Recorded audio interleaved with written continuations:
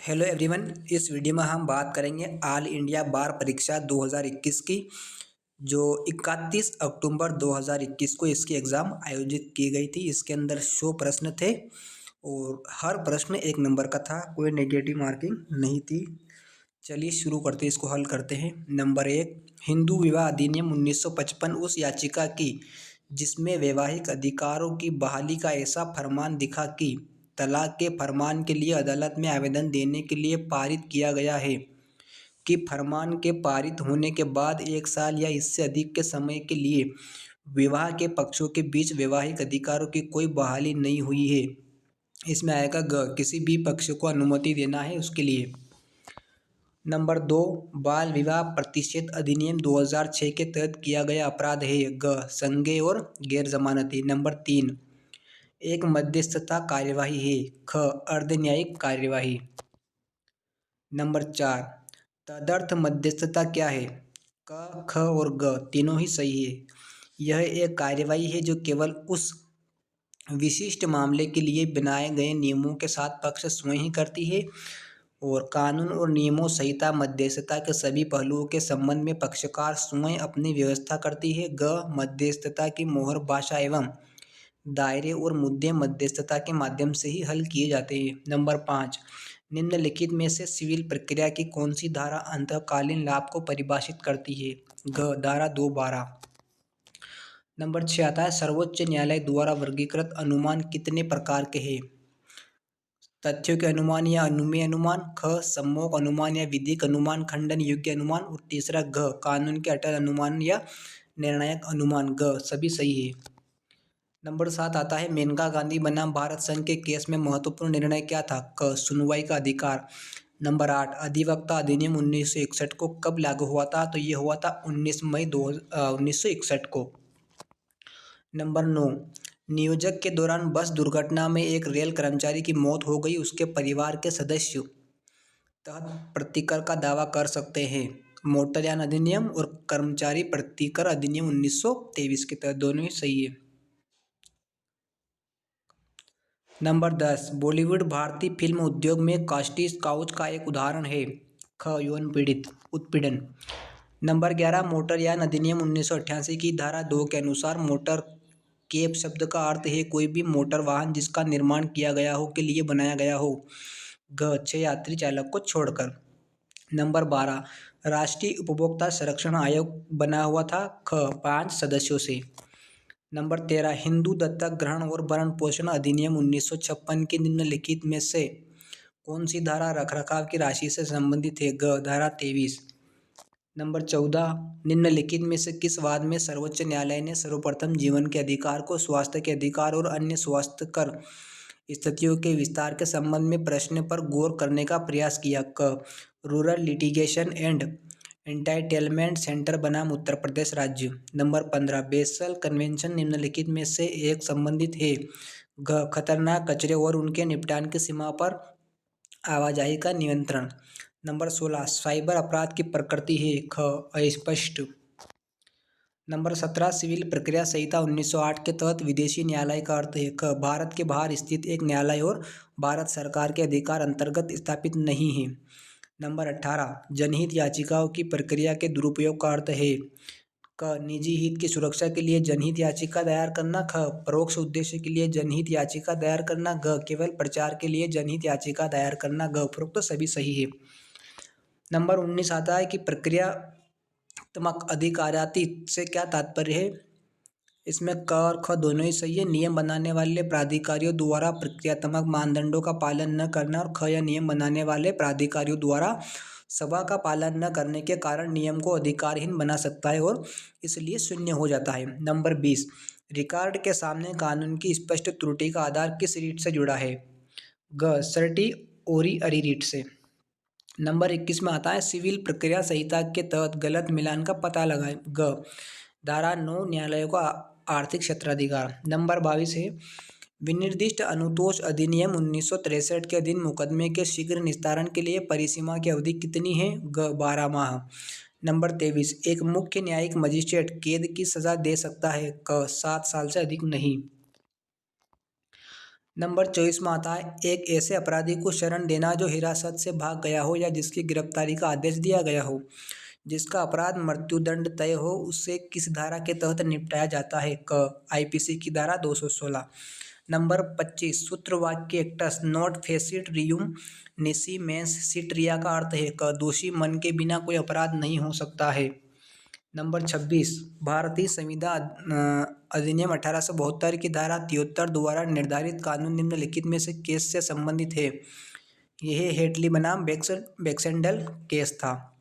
Number 27 CPC द्वारा किस अवधि के भीतर विशिष्ट अचल संपत्ति की वसूली प्राप्त की जा सकती है? ख 6 महीने के भीतर।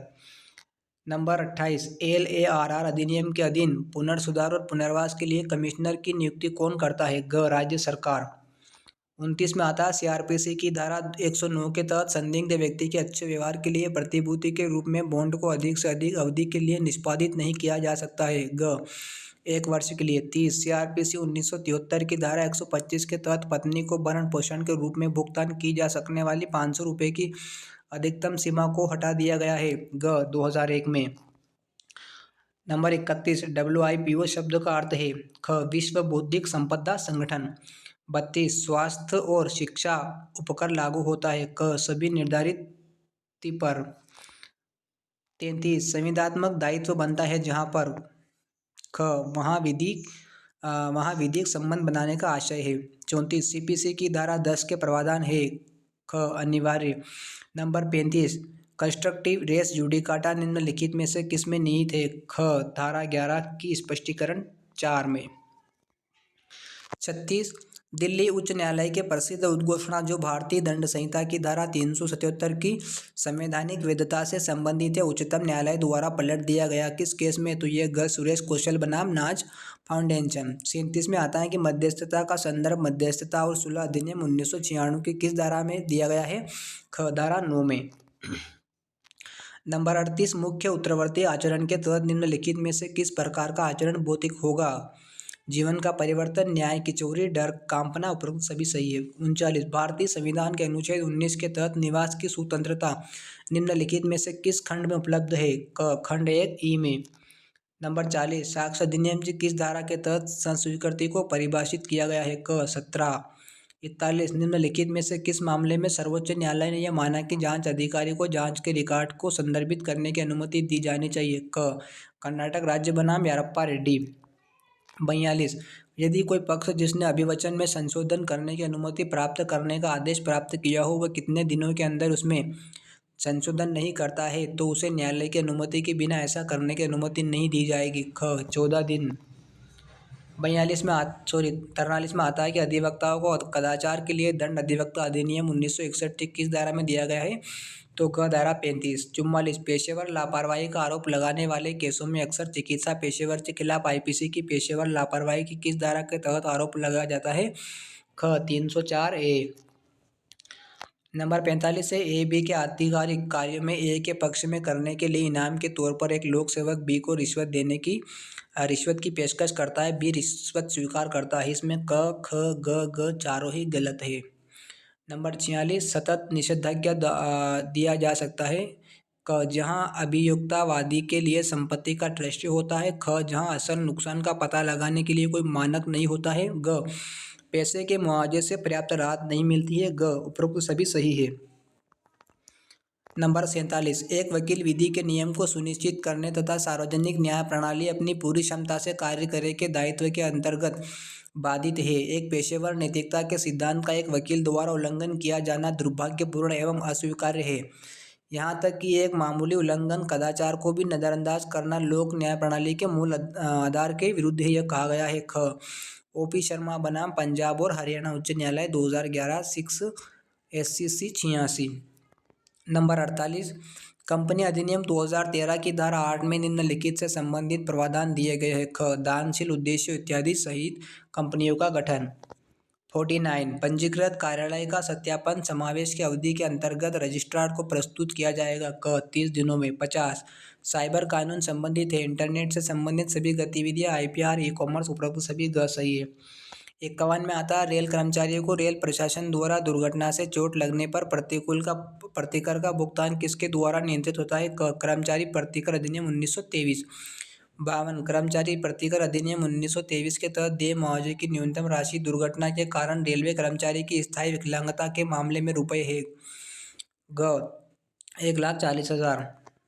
नंबर 53 एक कंपनी यह सुनिश्चित करना चाहती है कि कोई और उसके प्रतीक चिन्ह का उपयोग न कर सके। ट्रेडमार्क।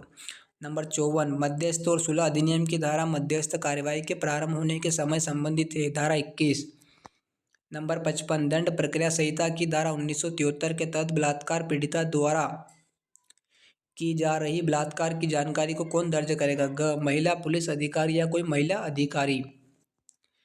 56 दंड प्रक्रिया संहिता 1973 के प्रावधान के तहत सम्मन या तो पेश होने के लिए होते हैं या किसी दस्तावेज वस्तु को प्रस्तुत करने के लिए होते हैं। 57 प्रत्येक व्यक्ति जो संघ के अधीन सदस्य है या रक्षा सेवा में है या सिविल पद पर है प्रशांत प्रयत्न उस पद को धारण करता है। राष्ट्रपति। 58 हिंदू विवाह अधिनियम 1955 के प्रयोजन के लिए निम्नलिखित में से कौन सा कथन सत्य है?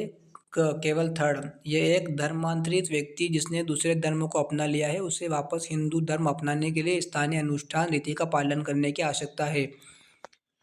नंबर 59 सिविल प्रक्रिया संहिता की धारा के तहत न्यायालय के बाहर विवाद के निपटारे का प्रावधान किया गया है। 89 60 में आता है भारतीय साक्ष्य अधिनियम कब लागू हुआ था? 1 सितंबर 1872 को।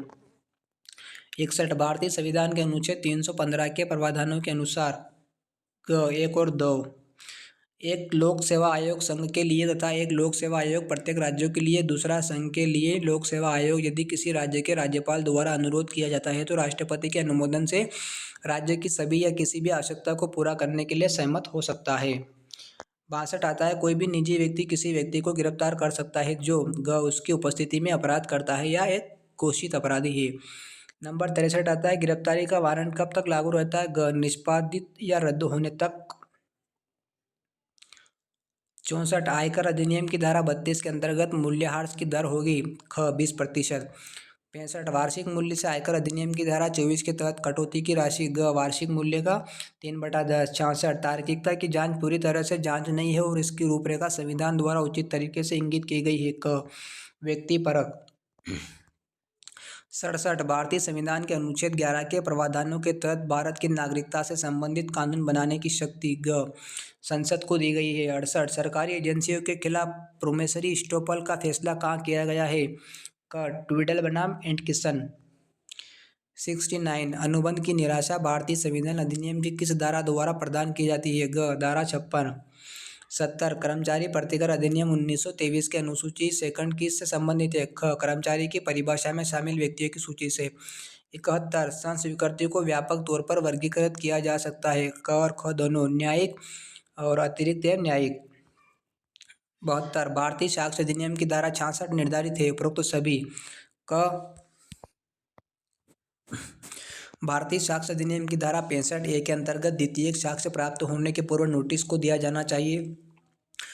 ख दस्तावेजी प्रस्तुत करने की सूचना लिखित रूप में होनी चाहिए। और सिविल प्रक्रिया संहिता के आदेश 11 नियम 15 दस्तावेज प्रस्तुत करने के लिए एक नोटिस के प्रकार को निर्धारित करता है। सभी सही है। 73 मैक्सिम रेस इप्सा लोक्यूटर का अर्थ है वस्तु स्वयं बोलती है। 74 दांडिक विधि संशोधन अधिनियम 2013 को पारित करने वाली समिति की अध्यक्षता किसके द्वारा की गई थी? Justice JS Verma. 75 में आता है दंड प्रक्रिया संहिता की योजना के तहत असंज्ञेय अपराध है। निजी गलतियां। 74 में आता है मात्र के आधार पर किसी पुरुष या महिला के साथ भेदभाव अनुच्छेद 15(1) का उल्लंघन होगा। लिंग। 77 22 जनवरी 1947 के संविधान सभा द्वारा अपनाया गया उद्देश्य प्रस्ताव किसके द्वारा तैयार किया गया था? जवाहरलाल नेहरू द्वारा। 78 संपत्ति के अधिकार को किसके कार्यकाल के दौरान मौलिक अधिकारों की सूची से रद्द कर दिया गया था? मोरारजी देसाई। 79 जब तक आरोपी कहता है कि मैं उसे हिस्से को पेश करूंगा जो मैंने ऐसा और ऐसे लूट में प्राप्त किया था। भारतीय साक्ष्य अधिनियम की धारा 25 के संबंध में निम्नलिखित में से कौन सा स्वीकार्य नहीं है?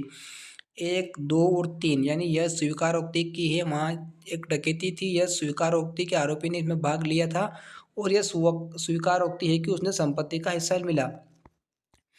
80 कठोर दायित्व का नियम किस निर्णय पर आधारित है? ग रायलैंड्स बनाम फ्लेचर। 81 अंतिम अवसर का सिद्धांत किस में निर्धारित किया गया है? क डेविस बनाम मान। 82 निम्नलिखित में से यह किस वाद ने अवधारित किया गया है कि हिंदू दत्तक एवं भरण पोषण अधिनियम 1956 की धारा 25 के अंतर्गत प्रदत्त अधिकार किसी विपरीत संविदा की जगह ले लेंगे? तथ्य यह है कि डिग्री की तिथि से कोई अंतर नहीं पड़ेगा। ग ऐसी अम्मल बनाम थाऊ अम्मल। 83 आदेश 4 नियम 1 के तहत न्यायालय में किस तरह वाद प्रस्तुत किया जाता है? ख डुप्लीकेट।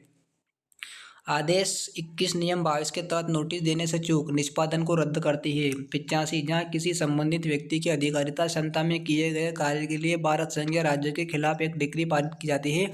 सीपीसी की धारा 82 के तहत किसी भी ऐसी डिक्री पर निष्पादन जारी नहीं किया जाएगा जब तक कि यह डिक्री की अवधि के लिए संतुष्ट न हो। क डिक्री की तारीख से 3 महीने तक। 86 निम्नलिखित में से किस तारीख को हिंदू विवाह अधिनियम 1955 लागू होगा? क 18 मई 1955 को। 87 हिंदू उत्तराधिकार अधिनियम 1956 की धारा 30 के अंतर्गत निम्नलिखित में से कौन सी संपत्ति आएगी? ग एक और द तरवाड़ और तवाजी। 88 राज्य बार काउंसिल के सदस्यों की अधिकतम सीमा होती है 25।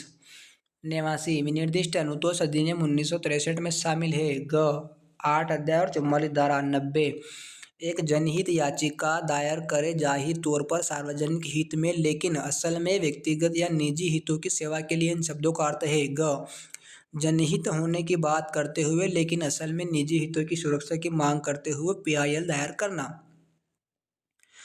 91 तुच्छ जनहित याचिका दायर करने का परिणाम होता है। क केसों का बोझ बढ़ाना। ख संसाधनों का अपव्यय और ग अन्य वास्तविक मामलों की सुनवाई के लिए समय की कम उपलब्धता। सभी सही है।